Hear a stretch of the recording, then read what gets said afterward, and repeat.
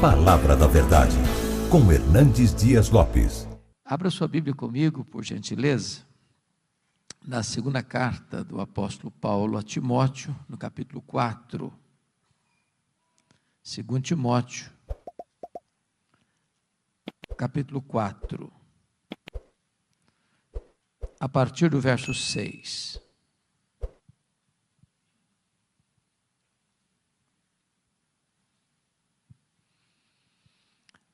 Todos vocês sabem que das 13 cartas que Paulo escreveu, esta é a última carta. E Paulo escreve esta carta da sua segunda prisão em Roma. Ele escreve essa carta na masmorra mamertina, uma prisão insalubre, escura, fétida, de onde as pessoas saíam leprosas ou para o martírio. Paulo escreve essa carta não como um apóstolo, um pregador, mas ele escreve essa carta debaixo de uma pesada acusação de ser um malfeitor, um bandido, um criminoso. Acusado de ser o líder dos incendiários de Roma. Paulo escreve essa carta depois de ter todos os irmãos da Ásia o abandonado, e até Timóteo, seu filho, estar com vergonha dele. Paulo escreve essa carta depois de ser condenado à pena de morte, no corredor da morte, aguardando o dia da sua execução. É com esse sentimento que ele vai relatar para nós suas últimas palavras registradas na Bíblia antes de morrer. Portanto, o texto que vamos ler tem um peso enorme, uma carga emocional profunda, e é com esse sentimento que eu convido você a considerar essa passagem. Paulo escreve assim: quanto a mim, eu já estou sendo oferecido por libação, e o tempo da minha partida é chegado. Combati o bom combate, completei a carreira, guardei a fé. Já agora a coroa da justiça me está guardada, a qual o Senhor reto juiz me dará naquele dia, e não apenas a mim, mas a todos quantos amam a sua vinda. Procura vir ter comigo depressa, porque Demas, tendo amado o presente século, me abandonou e se foi para Tessalônica. Crescente foi para a Galácia, Tito para a Dalmácia. Somente Lucas está comigo. Toma contigo Marcos e traze-o, pois me é útil para o ministério. Quanto a Tíquico, mandei-o até Éfeso. Quando vieres, traz a capa que deixou em Trode, na casa de Carpo, bem como os livros, especialmente os pergaminhos. Alexandre, o latoeiro, causou-me muitos males. O Senhor lhe dará paga segundo as suas obras. Tu guarda-te também dele, porque resistiu fortemente às nossas palavras. Na minha primeira defesa, ninguém foi a meu favor, antes todos me abandonaram. Que isso não lhe seja posto em conta. Mas o Senhor me assistiu e me revestiu de forças, para que por meu intermédio a pregação fosse plenamente cumprida, e todos os gentios ouvissem, e fui libertado da boca do leão. O Senhor me livrará também de toda obra maligna, e me levará salvo para o seu reino celestial. A Ele glória pelos séculos dos séculos. Amém. Amém. Eu vou pedir permissão a vocês, para só voltar nesse texto, já no final da minha fala. Eu quero nesta noite apresentar a vocês o apóstolo Paulo. Este que foi certamente o maior evangelista, o maior missionário, o maior teólogo, o maior plantador de igrejas da história do cristianismo. Este homem que dos 27 livros do Novo Testamento escreveu 13. Este homem que percorreu as províncias do Império Romano, plantando igrejas na província da Galácia, da Macedônia, da Acaia, da Ásia Menor, que de Jerusalém ao Ilírico realizou a obra de Deus. Eu quero apresentar a vocês este homem que pregou com liberdade ou na prisão, em lugares públicos ou em salões fechados, com saúde ou com doença, vivendo em paz ou perseguido, e que morre pobre,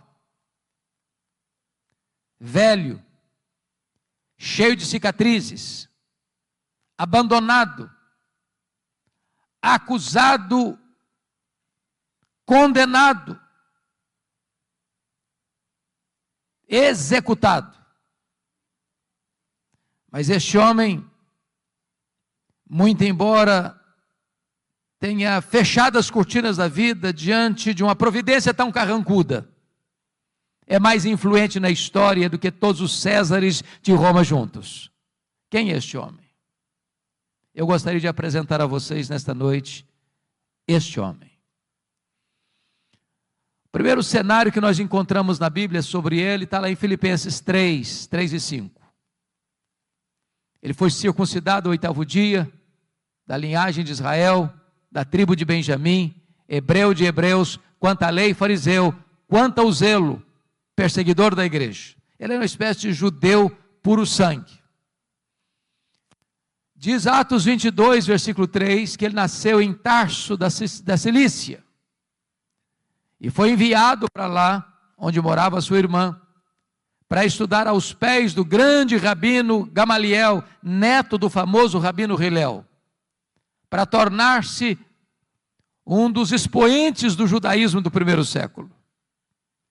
Conforme Gálatas 1,14, dentre os seus pares, ele se destacou, pelo seu zelo pela tradição do seu povo, e tornou-se certamente um grande líder, personalidade forte, determinado, tornou-se um poliglota, um grande rabino, a promessa de uma grande liderança em Israel. Mas curiosamente, enquanto Saulo crescia e se fortalecia em Jerusalém, um outro rabino também crescia em Israel, não na decantada Jerusalém, onde estava o Sinédrio, onde estavam as autoridades religiosas, mas na pequena, na desprezada Nazaré da Galileia, não perlustrando os bancos de uma academia, mas trabalhando duro, na urdidura da luta de uma carpintaria com as mãos calejadas. Este rabino da Galileia, aos 30 anos de idade, deixa Nazaré, vai à Judéia, vai ao Jordão e é batizado por João Batista, dando início ao seu ministério.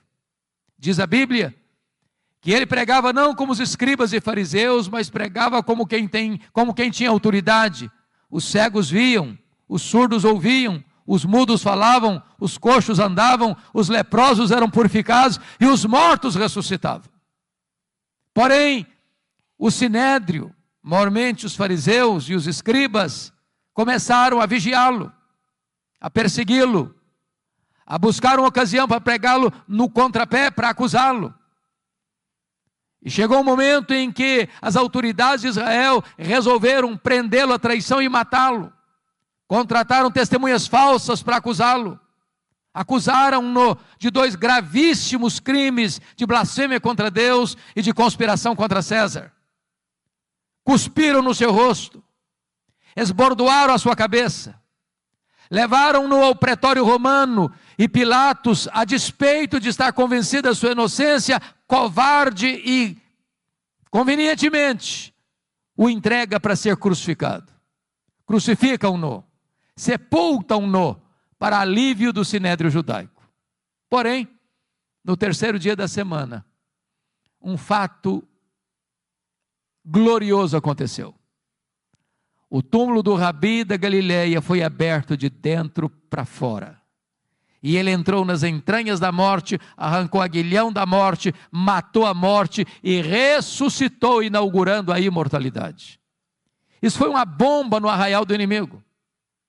Então contrataram Saulo de Tarso como braço de ferro do Sinédrio para perseguir de forma implacável a igreja que estava nascendo. E este personagem, Saulo de Tarso, é reconhecido no Novo Testamento por 2 retratos. Primeiro, ele era uma fera selvagem. Se não, vejamos. Atos 9:1 diz que ele respirava ameaças e morte contra os discípulos. E esta palavra é a mesma na língua grega para uma fera selvagem que salta sobre a sua presa para destruí-la. Ele era uma fera selvagem. Aliás, diz o texto lá em 1 Timóteo 1,13 que ele era um perseguidor, blasfemo e insolente. 1 Coríntios 15:9 diz que ele se sentiu o menor dos apóstolos porque ele perseguiu a igreja de Deus. Atos 8:3 diz que ele não respeitava domicílio doméstico, ele entrava nas casas e arrastava homens e mulheres para encerrá-los em prisões, e assim ele assolava a igreja de Deus. Gálatas 1,13 diz que ele devastava a igreja de Deus. Mas Atos 9, versículo 21, diz que ele não apenas assolava a igreja de Deus, não só ele devastava a igreja de Deus, mas está escrito lá em Atos 9:21 que ele exterminava aqueles que professavam o nome de Jesus. E vocês bem sabem que exterminar não é prender, exterminar não é bater, exterminar é matar. Saulo era um assassino, Saulo era truculento, Saulo era uma fera selvagem. Mas isso fica ainda mais claro quando você olha Atos 22:4, que diz que ele perseguiu o caminho até a morte. E notem vocês que ele não persegue apenas os crentes, ele persegue a religião dos crentes, ele persegue o caminho, com fúria assassina. Mas Atos 26, versículo 9, diz que ele entendia que devia fazer muitas coisas contra o nome de Jesus.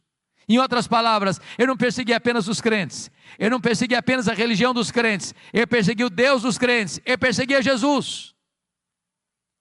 Mas Atos 26:10 diz que ele encerrou muitos, não poucos, não alguns, mas muitos dos santos em prisões, e contra esses muitos ele dava o seu voto quando os matavam. Ele não mandou matar pouca gente não, muita gente, muitos discípulos. Ele era um serial killer, ele era um assassino em série, ele era um homem bárbaro, ele era um sanguinário, ele era uma fera selvagem.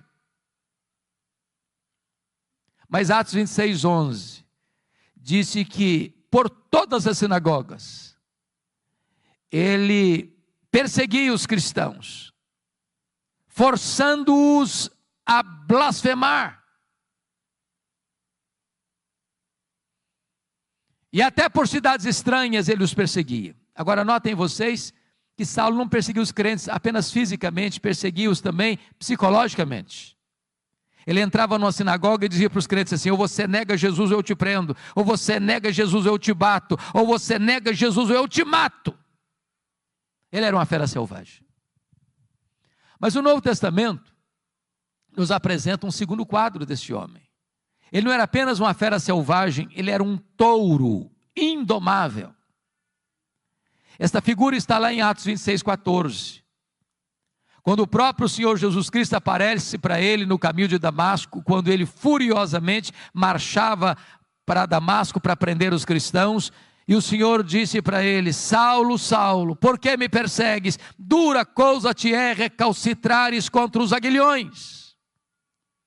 Eu fui criado na região rural, e eu vi, pastor Lutero, muitas vezes alguém amansando um boi para o trabalho doméstico. E o principal instrumento para se amansar um boi bravo e torná-lo dócil e útil é o aguilhão. é o aguilhão. Às vezes, meus irmãos, nós temos a ideia de que o Espírito Santo só começou a trabalhar na vida de Saulo ali no caminho de Damasco. Isso não é um fato. Todas as vezes que Saulo entrava numa casa e arrastava homens e mulheres para a cadeia, todas as vezes que Saulo entrava numa sinagoga e forçava os crentes a blasfemarem, e esses crentes, em vez de blasfemarem, estavam dispostos a sofrer e a morrer por causa da sua fé, e Saulo mandava matar essa gente que negava ou que recusava-se a negar a Cristo, era o Espírito Santo ferroando esse touro bravo, era o Espírito Santo picando a consciência deste homem selvagem, mas ele não quer se curvar, ele não quer ser amansado, até o dia que, caminhando ele para Damasco, o domador de touro bravos brada desde as alturas e o joga ao chão, e diz: Saulo, Saulo, por que me persegues? Dura coisa te é recalcitrares contra os aguilhões. O touro bravo está caído, o touro bravo está vencido, o maior perseguidor do cristianismo está convertido. Encerra-se aqui o primeiro capítulo da sua vida, abre-se um novo capítulo na sua história, a preparação de Saulo para o ministério. Diz a Bíblia que ele ficou cego, e ele é levado aqui da estrada de Damasco para a rua direita, na casa de Judas, onde fica 3 dias cego, orando. E então o Senhor aparece a Ananias em uma visão, lá em Damasco, e diz: Ananias, vá à rua direita, na casa de Judas, e impõe as mãos sobre Saulo, ele está orando, para que ele recobre a sua visão. E Ananias responde: mas Senhor, eu tenho ouvido de tanta gente quantos males tem feito este homem aos teus santos em Jerusalém. E o Senhor diz: vai, porque ele é para mim um vaso escolhido. Eu enviarei para longe aos gentios, aos reis, ao seu próprio povo, e eu lhe mostrarei o quanto importa sofrer pelo meu nome. Diz a Escritura que Ananias foi, que Ananias impôs sobre ele as mãos, escamas como que caíram dos seus olhos, ele ficou cheio do Espírito Santo, e ele se levantou, e ele foi batizado. Agora eu peço que você abra sua Bíblia comigo, por favor, em Atos 9:20.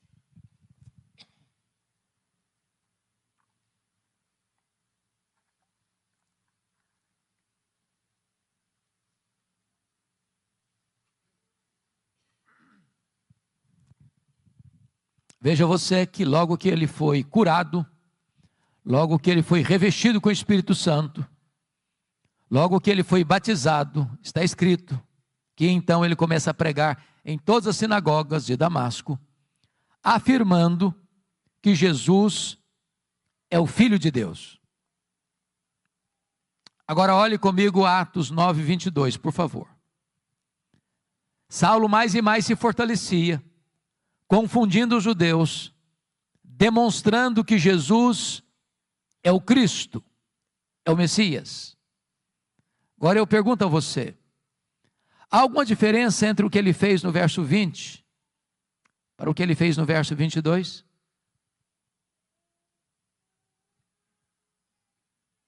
No verso 20 ele afirma que Jesus é o Filho de Deus. No verso 22 ele demonstra que Jesus é o Cristo, o Messias. Há uma profunda diferença. Demonstrar é provar uma tese detalhada, meticulosa e exaustivamente. A pergunta é: quanto tempo durou entre o que ele fez no verso 20 para o que ele fez no verso 22? Atos não responde esta pergunta. Dr. Ray Stedman, de quem falávamos agora há pouco, disse que há um intervalo aqui do verso 20 para o verso 22 de 3 anos. E onde Paulo esteve nesses 3 anos? Diz a Bíblia lá em Gálatas, capítulo 1, a partir do verso 13, que logo que ele foi convertido em Damasco, ele não subiu para Jerusalém onde estavam os apóstolos, mas ele foi para a região da Arábia, e lá ele ficou 3 anos, Após o que ele retorna outra vez para Damasco. E a pergunta é: o que ele ficou fazendo 3 anos na Arábia? E a resposta é: um seminário intensivo com o Senhor Jesus. Se Jesus investiu 3 anos nos apóstolos em Israel, Jesus investe 3 anos em Saulo na Arábia. As doutrinas que ele aprendeu na Arábia não foram como as doutrinas que ele aprendeu no judaísmo aos pés de um mestre humano, mas foi por revelação do próprio Senhor Jesus. Certamente nesses 3 anos ele releu e releu e releu o Antigo Testamento e descobre uma coisa: aquele Jesus que ele estava perseguindo era de fato o Messias. E então, convencido dessa verdade, diz Gálatas 1,18, que ele retorna outra vez para Damasco, e aí que se encaixa Atos 9,22, Saulo mais e mais se fortalecia, confundindo os judeus, provando, demonstrando que Jesus é o Messias, que Jesus é o Cristo. O que acontece com ele? Os judeus de Damasco querem matá-lo. E ele precisa fugir de noite, de forma humilhante, dentro de um cesto, muralha abaixo. Para onde ele vai? Agora ele vai subir para Jerusalém. Então veja comigo aí Atos 9,26. Agora ele sobe para Jerusalém. E aqui, meus amados, eu quero levantar uma tese. Eu preciso muito da sua atenção para acompanhar o meu raciocínio, para você não perder o centro desta lição. Quando Saulo sobe aqui para Jerusalém, ele não está governado pela nova aliança, ele está governado pela velha aliança. A nova aliança é uma doutrina gloriosa, que o próprio Paulo vai ensinar na sua segunda carta aos Coríntios, a partir do capítulo 2, versículo 14, quando ele diz: graças, porém, a Deus, que em Cristo sempre nos conduz em triunfo, e por meio de nós manifesta a fragrância do seu conhecimento, tanto nos que são salvos como nos que se perdem, para esse cheiro de vida para a vida, para aqueles aroma de para a morte. Mas quem, porém, é suficiente para essas coisas? E a pergunta fica no ar, sem resposta. E a resposta só chega no capítulo 3, versículos 4 e 5, quando ele diz: a nossa suficiência vem de Deus. Quando Moisés desceu do Monte Sinai, com as tábuas da lei, o povo disse para Moisés: tudo que o Senhor falou, nós faremos. E eu pergunto a vocês: fizeram? E a resposta é não. Por que não? Faltou sinceridade do povo? Não, faltou poder. Na velha aliança tudo depende de você, nada de Deus. Na nova aliança tudo depende de Deus, nada de você. A nossa suficiência vem de Deus. Então a tese que eu quero levantar agora é que quando Saulo sobe para Jerusalém, em Atos 9,26, ele não está governado pela nova aliança, mas pela velha aliança. Por quê? Porque ele está convencido de uma coisa: ele está convencido de que ele será o grande líder da igreja de Jerusalém. E ele tinha motivos para isso? Primeiro, todos os apóstolos de Jesus, exceto Judas Iscariotes, eram galileus. E vocês bem sabem que aqui na Judéia, os galileus eram tidos como gente de segunda classe.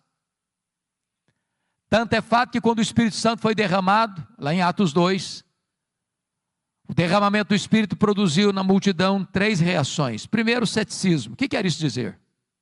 Segundo, preconceito. Ah, são galileus. Terceiro, zombaria. Estão bêbados. Saulo deve ter pensado assim: esses galileus aqui na Judéia, aqui em Jerusalém, não vão conseguir nada não. Segundo, os apóstolos do Senhor Jesus Cristo, além de galileus, eram iletrados. Jerusalém era a capital intelectual da teologia. Lá estavam os escribas, lá estavam os fariseus, lá estavam os saduceus, lá estavam os teólogos da época. E Saulo deve ter pensado: esses discípulos aí, além de galileus, são iletrados, eles não vão conseguir nada aqui em Jerusalém. Saulo deve ter pensado assim: eu tenho o melhor preparo, eu tenho o melhor currículo, eu tenho melhor performance, eu tenho as características que essa cidade precisa para que o evangelho deslanche aqui. Sabe o que aconteceu? Veja aí Atos 9,26. Quando ele chega em Jerusalém, os discípulos todos não acreditaram na conversão dele. Pensaram que ele estava sabotando a fé para perseguir os cristãos e bater a porta da igreja na cara dele. Para quem queria ser líder, nem recebido foi.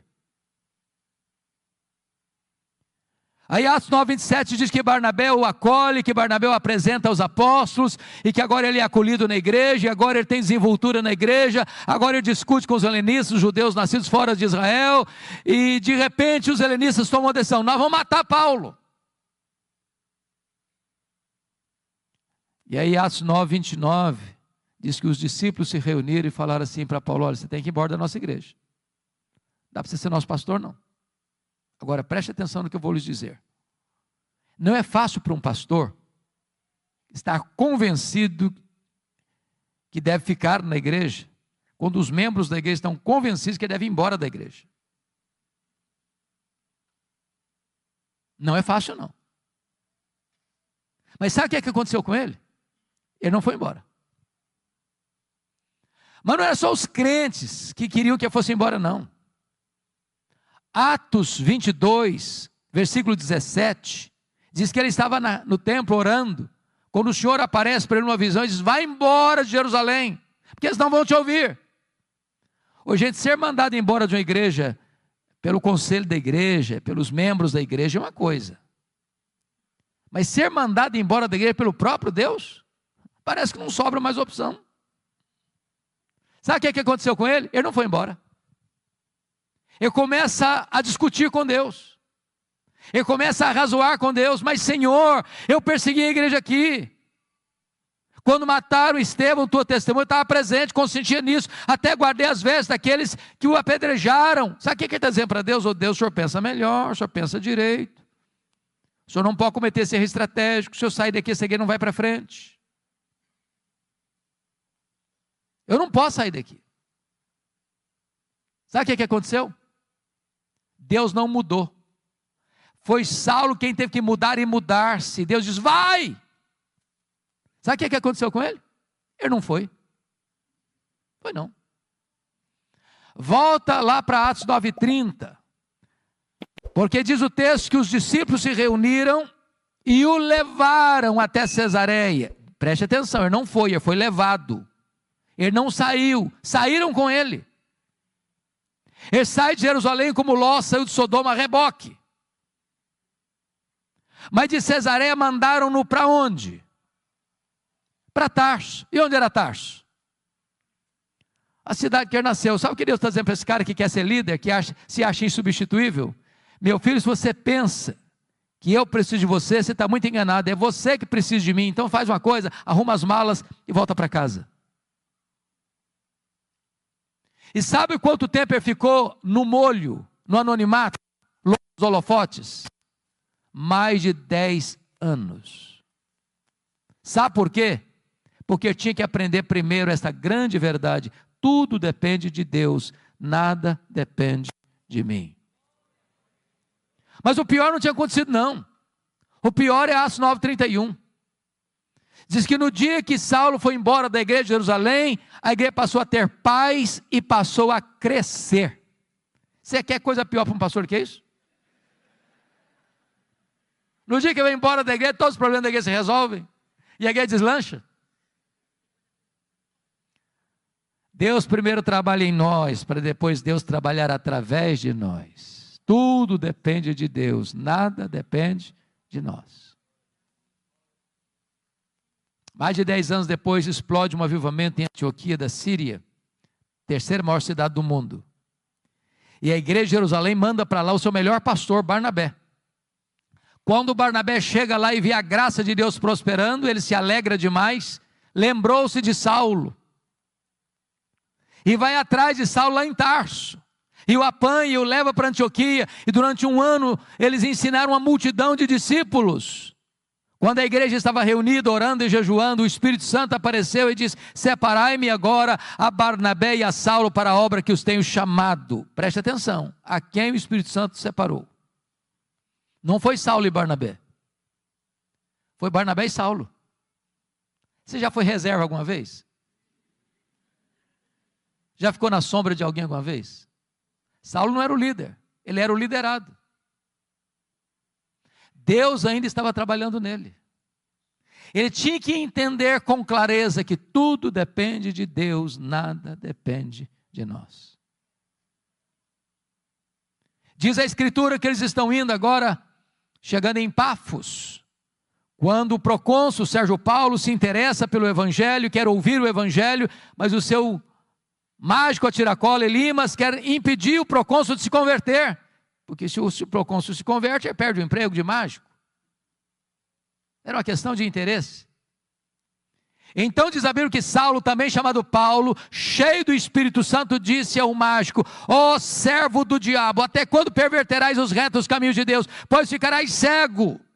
E o mágico fica cego, e os olhos do procônsul são abertos, e ele é convertido ao Senhor Jesus. E a partir dali, Saulo deixa de usar o seu nome judaico Saulo, para usar o seu nome romano Paulo, e a partir de então, ele se transforma no maior líder do cristianismo. Sabe por quê? Porque aprendeu que tudo depende de Deus, nada depende de nós. Atos 13:13 diz que ele chega em Perge da Panfilha, e em Perge da Panfilha, o jovem Marcos, ou João Marcos, ou Marcos, que era primo de Barnabé, abandona os dois missionários e volta para a casa da sua mãe em Jerusalém. É muito curioso isso, porque a Bíblia não diz por que o Marcos voltou para a casa da mãe dele. Nós poderíamos cogitar 3 possibilidades. Talvez uma delas seja a verdade dos fatos. Talvez a primeira fosse assim: bom, ele era muito moço, muito jovem, empolgado, pensou que missões fosse turismo. Quando percebeu que não era turismo, ele se decepcionou e voltou. Pode ser, não sei. Talvez uma segunda possibilidade, que quando eles saíram de Antioquia da Síria, o líder da caravana era o primo dele, o Barnabé. Em Pafos, a liderança muda das mãos de Barnabé para Paulo. Ele deve ter pensado: sob a liderança do meu primo, eu tinha coragem de ir, na liderança do outro eu não vou não.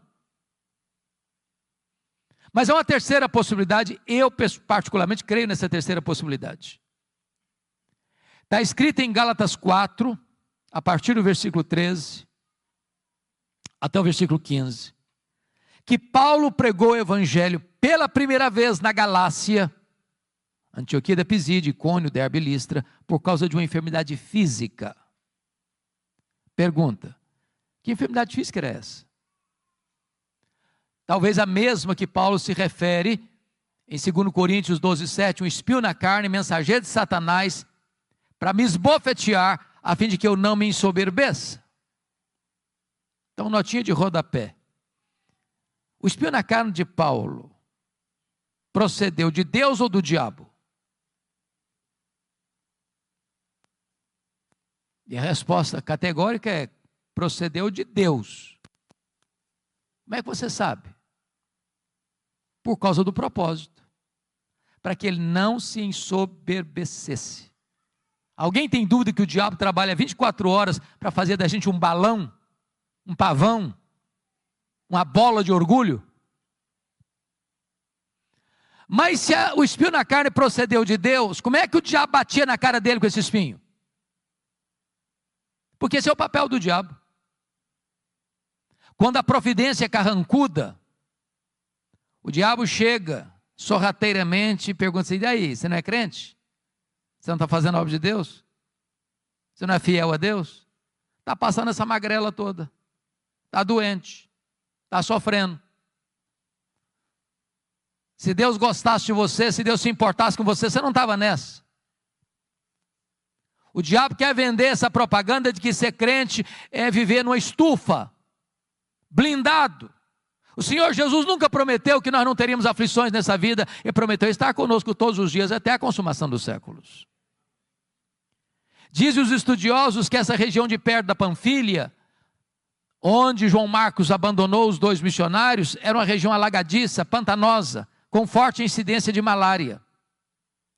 E é muito provável que Paulo contraia uma malária aqui, porque não consta que Paulo tenha saído doente de Antioquia da Síria, mas consta que ele chegou doente na Galácia.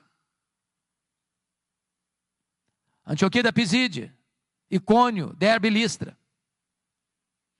E essa doença naquela época era tão severa e não tinha tratamento adequado, que dava uma dor de cabeça alucinante e afetando inclusive a visão. E os crentes da Galácia disseram que, se possível fosse, eles teriam arrancado os próprios olhos para dá-los a Paulo. Dá-nos a impressão que Paulo tinha um problema de visão. É por isso que ele propriamente não escrevia suas cartas, ele usava uma pessoa para escrever e depois pegava a pena para dar a selação final. Talvez por isso ele chamou o sumo sacerdote parede branqueada, porque via tudo meio lusco-fusco. Bom, o certo é que o jovem João Marcos retorna para a casa da mãe dele, e os dois missionários sobem as montanhas do Cáucaso, e chegam lá em cima, na Galácia do Sul, e pregam com poder, com graça, com dureza, com lágrimas, com sangue, mas deixando para trás igrejas estabelecidas, lideranças eleitas, e a igreja marchando vitoriosamente. Agora eles retornam para a igreja base, a igreja de Antioquia da Síria, e observe comigo que está escrito aí em Atos 14, 26 e 27. Reunida a igreja, relataram quantas coisas fizera Deus, e como Deus abrira a porta do evangelho para os gentios. Preste atenção nisso. Há espaço para testemunho na igreja,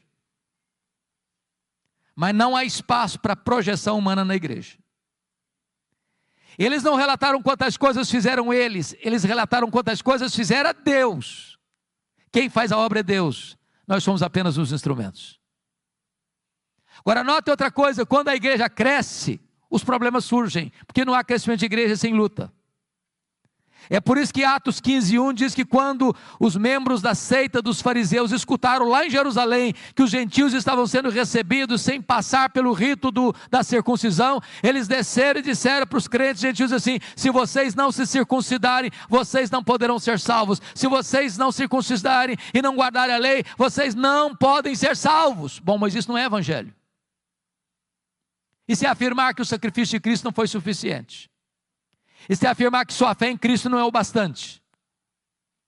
Então vou lhes dizer algo muito solene agora. Não adianta fazer missões se a teologia é ruim. Porque se a teologia é ruim, quanto mais se prega, pior fica. Então não dá para fazer uma segunda viagem missionária sem corrigir a rota teológica da igreja. O que fizeram? Convocaram um concílio em Jerusalém. Os apóstolos, os presbíteros, e eles se reuniram para debater a matéria. Lá estava sob a liderança de Tiago, irmão de Jesus, lá estava o testemunho de Barnabé, de Pedro, de Paulo, e então tomam a decisão, e escrevem a decisão, comunicam a decisão às igrejas. É só a fé em Cristo para a salvação, não se agrega mais nada à obra perfeita e cabal do Senhor Jesus Cristo. Agora a teologia está boa, agora Paulo precisa voltar, e agora note comigo Atos 15:36. Ele chega para Barnabé e diz: Barnabé, vamos voltar para a segunda viagem missionária, Barnabé? Vamos visitar aquelas igrejas que nós plantamos, vamos fortalecer aqueles irmãos? Barnabé diz: vamos, Paulo, vamos sim. Só um detalhe, eu quero levar comigo, com a gente, o meu primo, o Marcos. Paulo respondeu assim: eu não acho justo levarmos aquele que nos abandonou desde perto da Panfilha. E aí diz o texto que houve uma desavença tal entre os dois líderes, Paulo e Barnabé, que os dois não caminharam juntos mais. Portanto, o relato e o registro está muito polido, mas deve ter sido alguma coisa mais severa do que foi isso. Eu vou tentar parafrasear para tentar captar o que houve. Eu acho que foi mais ou menos o seguinte: Paulo chegou para o Barnabé e disse: Barnabé, que decisão maravilhosa o concílio de Jerusalém tomou. Vamos fazer uma coisa agora? Agora que a rota da igreja, da teologia está boa, vamos voltar para a obra missionária? Barnabé disse: vamos, Paulo. Mas deixa eu te fazer uma pergunta. Você lembra do meu primo? Uai, Barnabé, mas é claro que eu lembro. Deixa eu dizer, eu estou com vontade de levar com a gente. E ele está todo empolgado para ir. Paulo fechou a cara. O Barnabé comigo, esse cara não vai não. Ô Paulo, mas ele melhorou, ele está mais maduro. Ele vai ser uma benção, comigo ele não vai não. Mas Paulo, deixa eu te falar, você não pode ser tão duro assim não. Vamos dar uma chance para o menino, comigo ele não vai. Mas Paulo, ele vai ser útil para nós, comigo ele não vai, Barnabé. Pronto, acabou, não vai. Deixa eu dizer uma coisa, notinha de rodapé. Os líderes da igreja não deviam brigar não, sabia? Mas às vezes brigam. Mas até quando os líderes brigam, o plano de Deus não pode ser frustrado. Porque agora, em vez de uma caravana, tem duas. Barnabé pega o Marcos e leva lá para Chipre. Paulo pega um profeta da igreja de Jerusalém, Silas, e vai para outra direção. Eu fico imaginando se não tivesse um Barnabé na vida do Marcos. Você já se sentiu persona não grata alguma vez? Já se sentiu descartado alguma vez? Já escutou de alguém comigo que você não trabalha? Você não tem perfil? Eu não acredito em seus dons, não acredito nos seus talentos, não acredito em você? Barnabé investiu no menino. Mais tarde Pedro discipulou esse Marcos. Mais tarde esse Marcos foi o primeiro evangelista a escrever o evangelho. Foi o primeiro evangelho a ser escrito, foi Marcos. Mais tarde Paulo vai dizer: ô Timóteo, quando você vier aí, meu filho, traz o Marcos aí com você. Ele me é útil para o ministério. O plano de Deus passa pela viagem de Paulo e Silas. E Paulo quer entrar na Ásia. O Espírito de Deus o impede de entrar na Ásia. E de repente ele escuta a voz de um varão macedônio: passa Macedônia, ajuda-nos. E ele entra na Macedônia, ele entra na Europa. E louvado seja Deus. Talvez você e eu estejamos aqui nesta noite porque o Espírito Santo inclinou a obra missionária para o Ocidente, não para o Oriente naquele tempo. Mas não foi com facilidades não, porque lá em Filipos diz a Bíblia que sob a orientação de Deus, Paulo e Silas são presos, são açoitados em praça pública, são jogados dentro de um cárcere interior. Então, me permita dizer isso. Quem dá a direção missionária para a igreja é Deus, mas quem precisa saber e escolher os melhores métodos somos nós.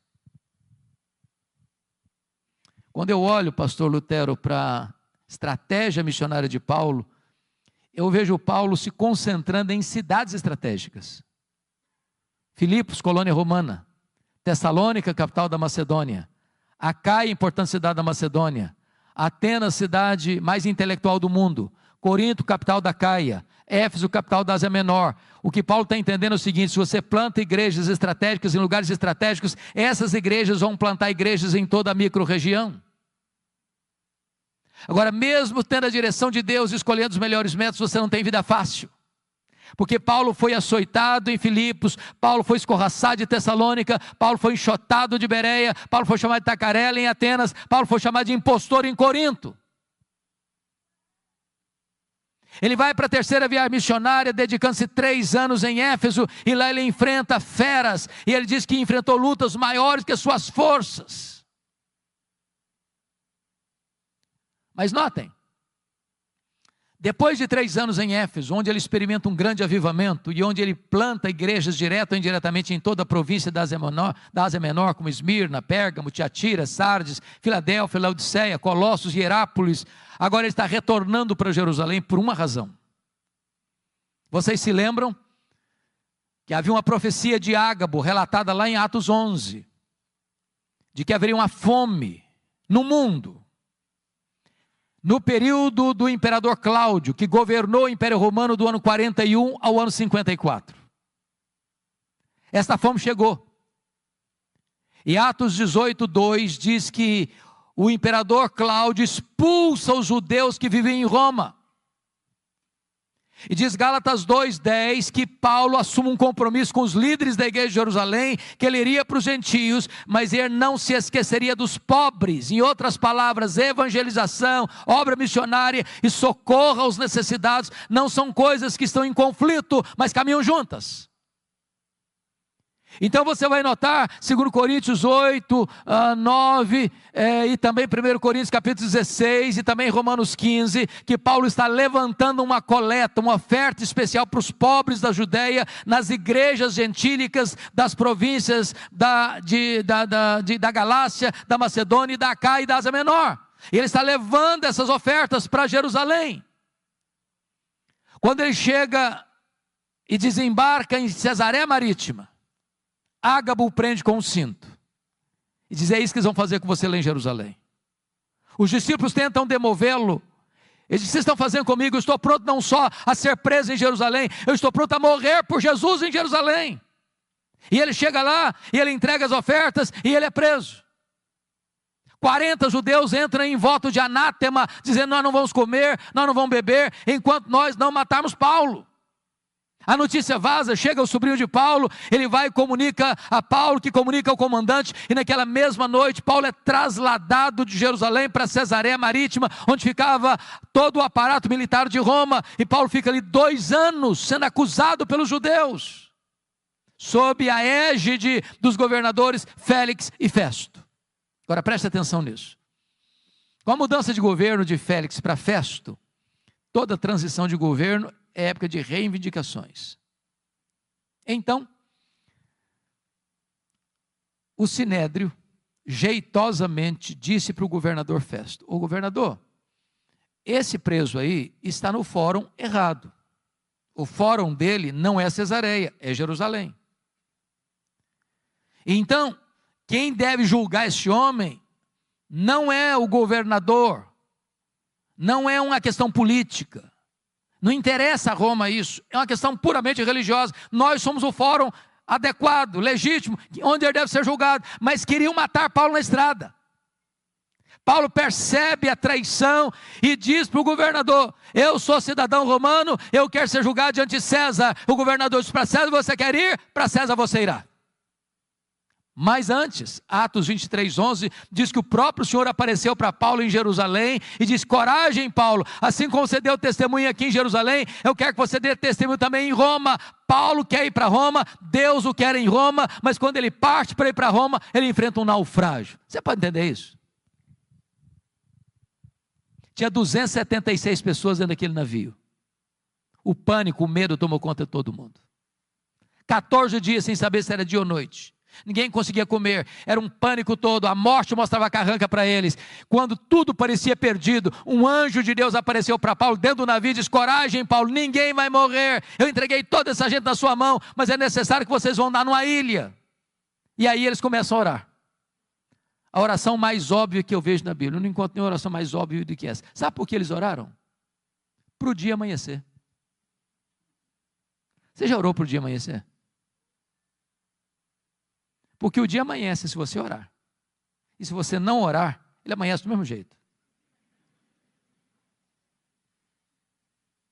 Mas por que eles oraram para o dia amanhecer? É que tem hora que a escuridão da alma é tão densa, que vocês dizem: meu Deus, eu não aguento mais. Ou o dia amanhece, ou eu pereço. Quando o dia amanheceu, eles avistaram a ilha de Malta.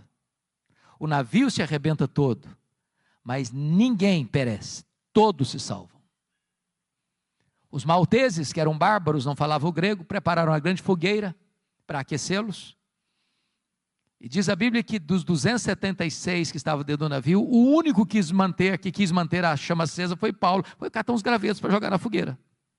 Quando ele pega aquele punhado de gravetos e joga na fogueira, do fogo brota uma víbora que prende na mão do Paulo. E os bárbaros gritaram: é um assassino, tem se livrado do mar, a justiça não deixa viver, vai cair, vai inchar, vai morrer. Não caiu, não inchou, não morreu, mudaram de opinião, é um Deus. Não, agora não é nem um assassino e nem um Deus, é um servo do Deus vivo. Ô, meus irmãos, aquela cobra tinha 276 outras opções para morder.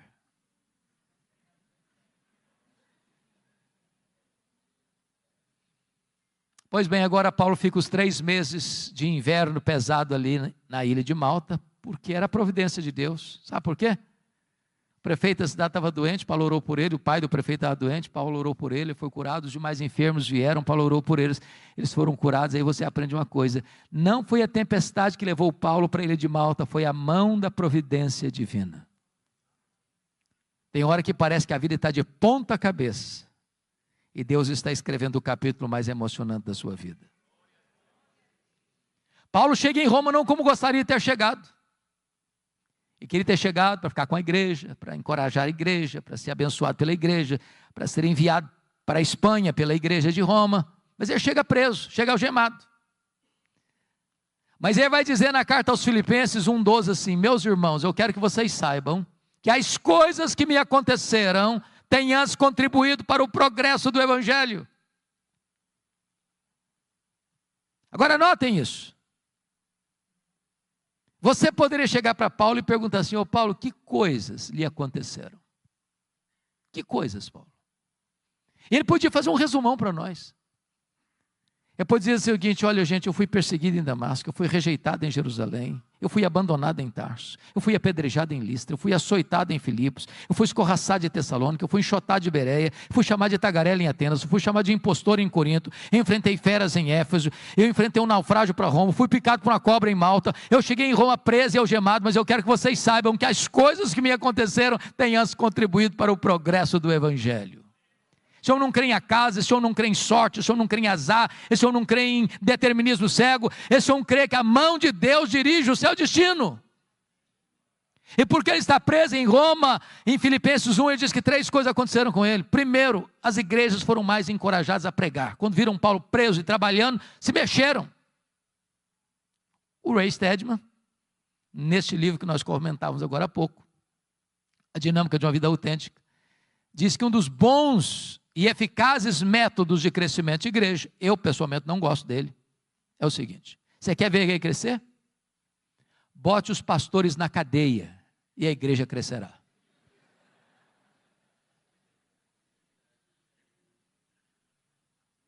Segundo, porque Paulo estava preso, diz ele que toda a guarda pretoriana tomou conhecimento das suas cadeias em Cristo. E a pergunta é: o que era a guarda pretoriana? Era a guarda de elite do imperador.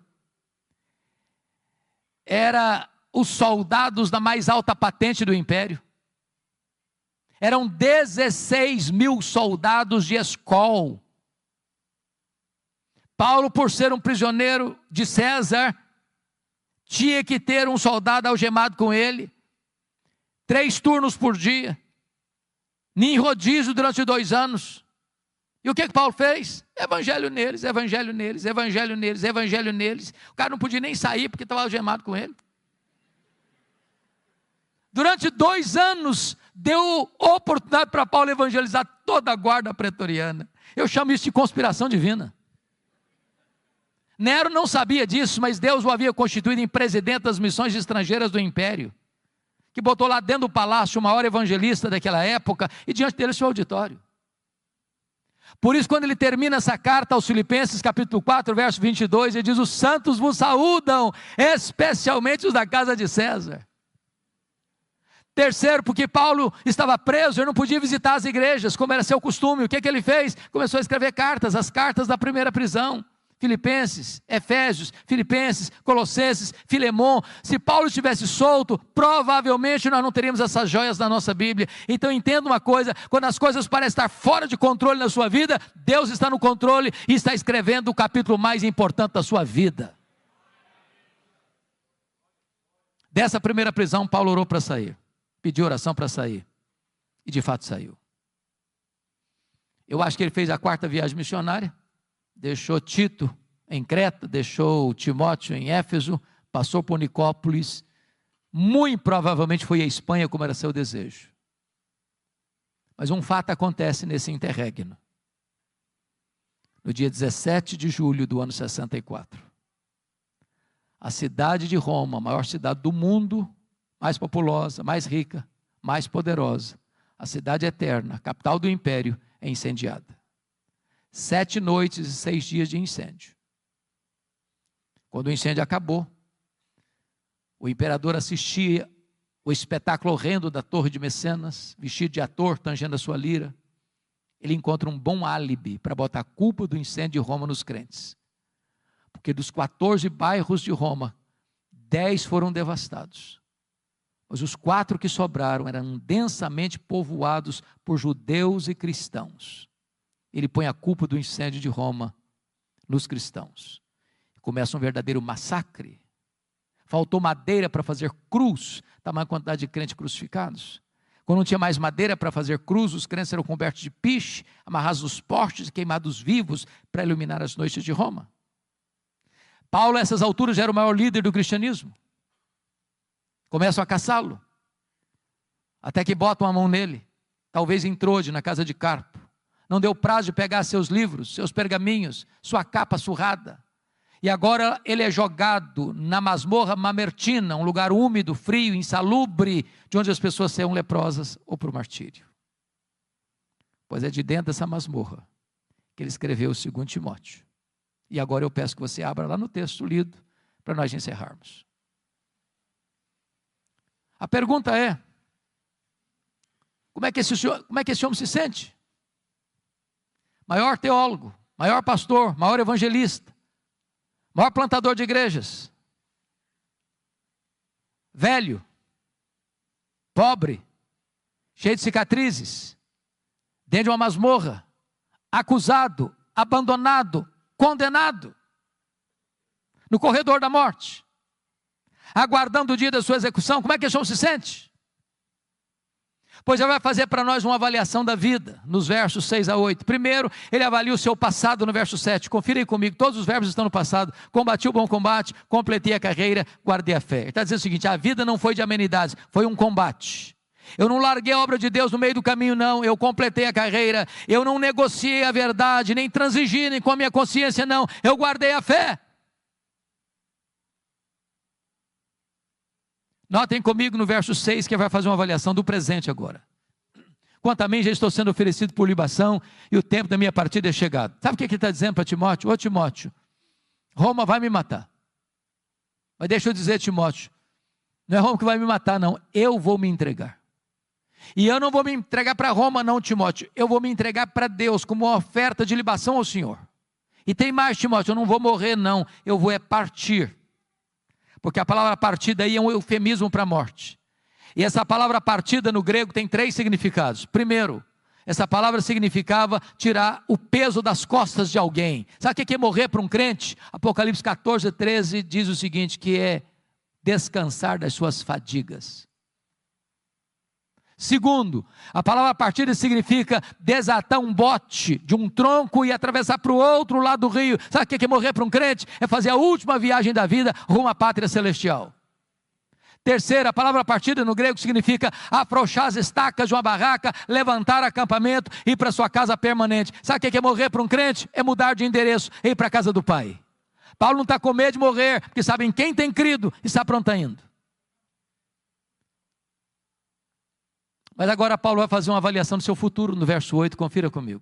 Já agora a coroa da justiça me está guardada, a qual o Senhor reto juízo me dará naquele dia, e não apenas a mim, mas a todos quantos amam a sua vinda. O que Paulo está dizendo é o seguinte, ô Timóteo, o juiz de Roma, no tribunal de Roma, me considerou culpado e vai me executar. Mas isso, Timóteo, não me importa. O que me importa de fato é que o reto juiz, diante de quem todos vão ter que comparecer, já me justificou. Eu não tenho mais nenhum crime, nenhum pecado, Timóteo. A minha dívida está paga, eu estou livre, eu estou inculpável diante do tribunal de Deus, porque foi declarado justo por causa da justiça de Cristo imputada a mim. Então, Timóteo, eu não estou indo, Timóteo, para a espada de Roma degolar minha cabeça. Eu estou indo, na verdade, é receber a coroa da justiça do reto juiz.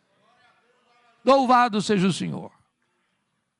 Mas, irmãos, esse homem não é um super-homem. Esse homem não é um super-crente. Esse homem é um homem, como você e eu. E antes de morrer, ele abre o coração e compartilha conosco os últimos sentimentos da sua alma, as lutas que viveu no corredor da morte. E a primeira coisa que ele vai dizer para nós, está no versículo 9, é lidar com o drama da solidão. Procura vir ter comigo depressa. Versículo 21, venha meu filho antes do inverno. Este homem que investiu a vida em gente, no final da vida, não tem alguém para lhe dar um abraço. Segundo, ele vai compartilhar conosco a dor do abandono no versículo 10. Demas, tendo amado o presente século, me abandonou.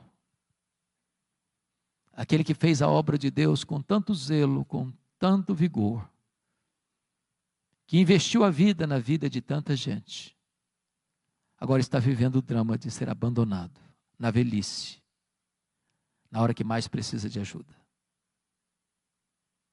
Terceiro, e compartilhe conosco o drama das privações. Versículo 13 e 14. E tem privação emocional, precisa de gente. Gente precisa de Deus, mas gente precisa de gente. Privação mental. Está precisando de ler. Traz os meus livros. Traz os pergaminhos, as cópias da Bíblia. Me impressiona, Paulo, porque está morrendo, mas quer ler mais. Tem gente que passa a vida inteira sem ler nada. Mas em terceiro lugar, ele estava enfrentando privações físicas.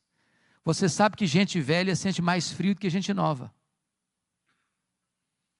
Roma, no inverno, chega a temperaturas abaixo de zero. Lá dentro da masmorra é tão frio ou mais frio que aqui fora. O homem que foi o maior bandeirante da fé, está fechando as cortinas da vida, não tem uma capa surrada para usar, para aquecer o seu corpo. Isso, meus irmãos, é um alerta para nós, que às vezes tendo casa para morar, tendo cama para dormir, tendo roupa quente para vestir, tendo comida farta sobre a mesa, ainda está murmurando. Paulo, no final da sua vida, talvez lida com o maior de todos os dramas. É o drama da ingratidão. Versículo 16 diz: na minha primeira defesa, ninguém foi a meu favor, mas todos me abandonaram. Mas louvado seja Deus pelo versículo 17, onde você encontra uma conjunção adversativa: mas o Senhor me assistiu, me revestiu de forças, para que por meu intermédio a pregação fosse plenamente cumprida e todos os gentios ouvissem, e fui libertado da boca do leão. O Senhor me livrará de toda obra maligna, me levará salvo para o seu reino celestial. Louvado seja Deus. Você pode perder o apoio da terra, mas jamais perder o apoio do céu. Você pode ser abandonado pelos homens, mas jamais será abandonado por Deus. Quis a providência divina, irmãos, que o final da história deste homem não estivesse registrada nas Escrituras. Mas eu vejo esse dia. Eu imagino esse dia. Eu imagino essa cena. De um dia o carcereiro, o carrasco, sem alma, sem piedade, endurecido, recebendo em sua mesa, talvez um pedaço de couro, contendo o nome de um prisioneiro que deveria ser executado naquele dia.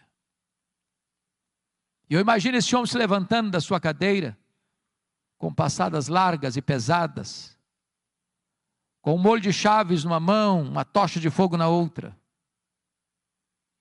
E eu vejo esse homem entrando e abrindo aquela pesada porta de ferro. Eu vejo esse homem entrando com aquela tocha de fogo e gritando: prisioneiro Paulo, prisioneiro Paulo, prisioneiro Paulo. E lá no fundo o velho responde: sou eu estou aqui. Ele é acorrentado, ele é retirado da masmorra, é levado para o local da execução. E por ser certamente o prisioneiro mais conhecido e mais famoso de Roma, porque era o grande bandeirante da fé de todo o império, o carrasco lhe pergunte: você quer dizer algumas palavras antes de morrer? Talvez esperando que ele fosse expor a sua mágoa, sua revolta, sua dor, por ter sido acusado, maltratado, abandonado, reduzido à calamidade. Eu imagino Paulo respondendo assim: eu tenho alguma coisa para dizer. E talvez Paulo pudesse recordar do que escreveu para Timóteo. Nesta hora ele levanta os olhos aos céus e diz a ele, ao Senhor Jesus: glória pelos séculos dos séculos. Amém. Botou a cabeça no cepo, a espada de Roma tosou-lhe a cabeça para um lado, corpo para o outro, tombou na terra como um mártir, mas foi recebido no céu como um príncipe. É este homem que diz hoje para você e para mim: